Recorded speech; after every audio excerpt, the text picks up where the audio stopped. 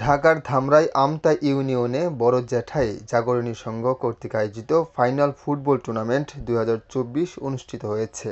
শুক্রবার বিকেলে এই খেলা অনুষ্ঠিত হয়। ৪ টিমের খেলা অনুষ্ঠিত হয়, যেখান থেকে দুটি টিম ফাইনালে উত্তীর্ণ হয়। যে দুটি দল ফাইনালে উত্তীর্ণ হয়, জুয়েল একাদশ বনাম আব্দুর রহিম একাদশ।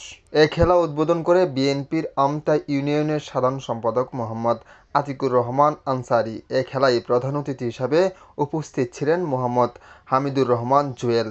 এ সময় আরও উপস্থিত ছিলেন শামীম হোসেন, মোহাম্মদ আলী হোসেন।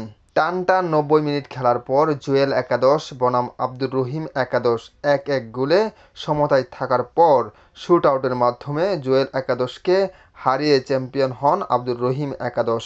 বিজয়ীদের মাঝে এই খেলার পুরস্কার হিসাবে দুটি এলইডি টিভি তুলে দেন প্রধান অতিথি মোহাম্মদ হামিদুর রহমান জুয়েল। সাইফুল ইসলাম, আমার বার্তা, ধামরাই।